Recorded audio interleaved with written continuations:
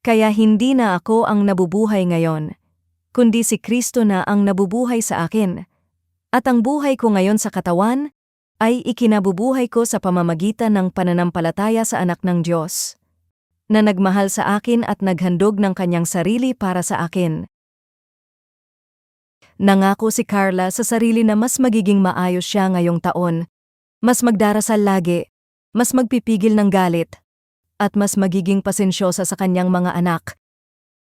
Pero isang gabi, muli siyang napikon at sumigaw sa mga anak. Matapos niyang magalit ay nahiga siya na mabigat ang kanyang kalooban. Bakit ba hindi pa din ako nagbabago? Bulong niya. Ang sabi ni Pablo sa Aklat ng Galacia, Kabanata 2, Talata 20 ay malinaw. Ang buhay Kristiyano ay hindi tungkol sa pagpapabuti ng sarili, sa pamamagitan ng sariling lakas. Ang bagong buhay natin ay nakaugat kay Kristo. Siya ang nabubuhay at kumikilos sa atin.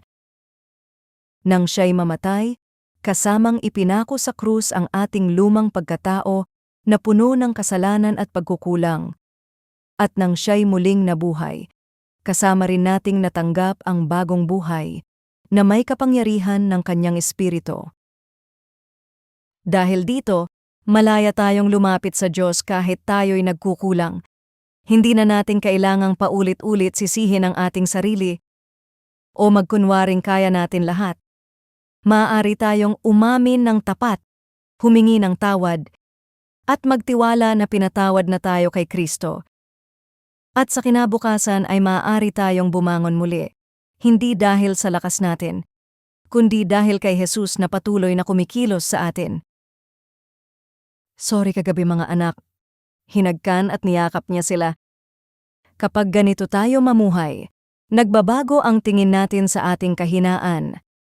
Sa halip na matakot o mawalan ng pag-asa, natututo tayong magtiwala, hindi ko ito kaya mag-isa. Si Hesukristo ang aking kasama. Siya ang bumabago sa akin at hindi niya ako iiwan.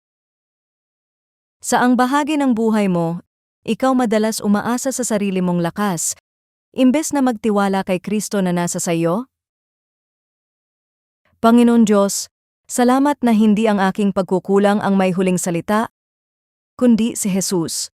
Turuan mo akong lumapit ng tapat sa iyo, magpahinga sa iyong biyaya, at umasa sa kapangyarihan ni Kristo na nabubuhay sa akin araw-araw. Sa pangalan ni Jesus. Amen.